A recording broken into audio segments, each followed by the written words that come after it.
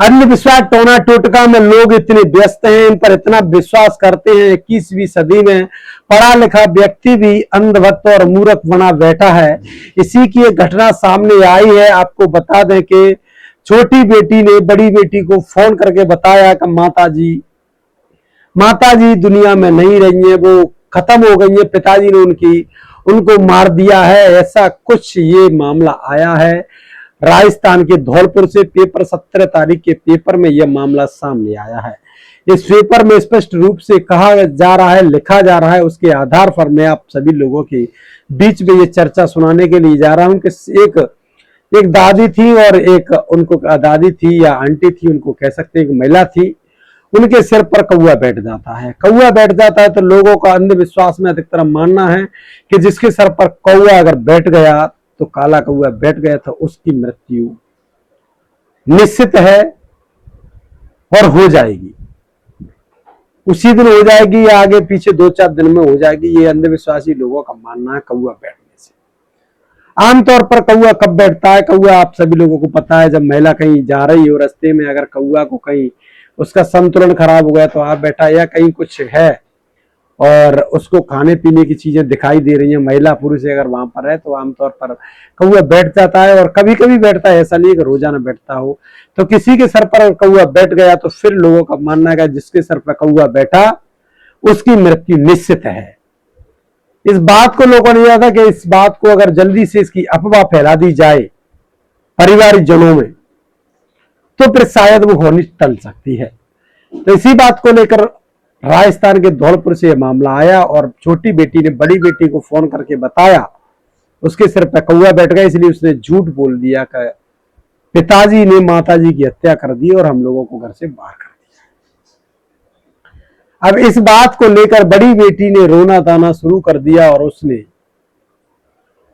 किसी को कोई खैर खबर नहीं ली, ना पूछताछ की। उसने डायरेक्ट पुलिस के पास पहुंच गई, रोते बिलखते हुए कहा कि मेरे पिताजी ने मेरी मां की हत्या कर दी है और मेरे भाई बहन को घर से निकाल दिया है।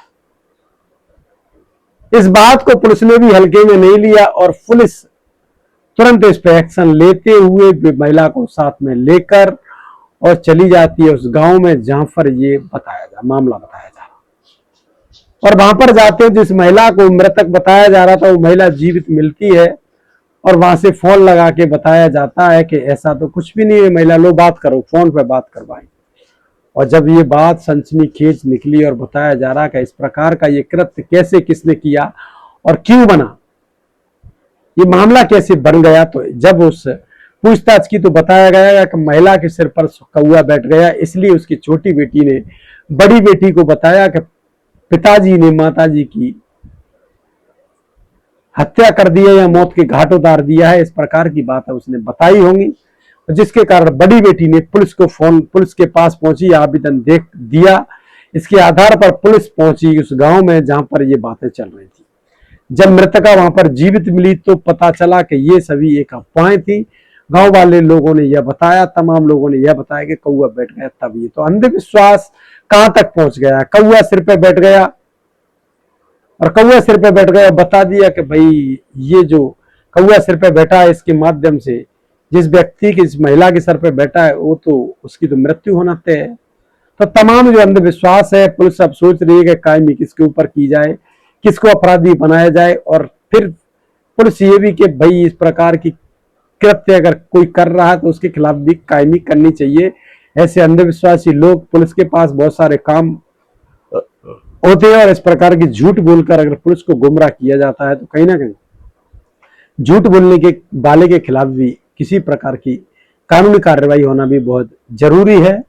और ऐसे अंधविश्वासी लोग अगर भारत में हैं, 21वीं सदी में अगर पढ़े लिखे लोग बिल्ली की रास्ता काटने पर पीछे लौटते हैं और इंतजार करते हैं कि किसी की गाड़ी निकल जाएगी तब हम निकलेंगे, अगर सामने से किसी की आंख खराब है, जिसको कहते हैं काना, और काना व्यक्ति मिल जाता है तो फिर उसको अपशगुन मानते हैं लोग।